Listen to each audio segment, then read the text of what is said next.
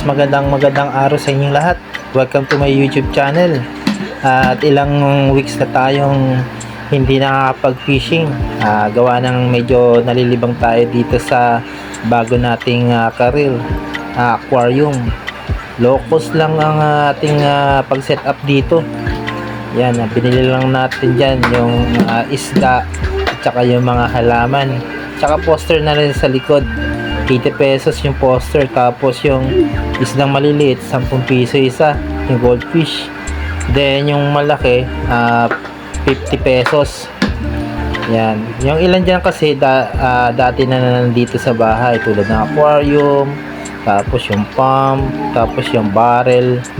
Yan, yung corals naman galing yan ng Candelaria, Zambales sa West Philippine Sea.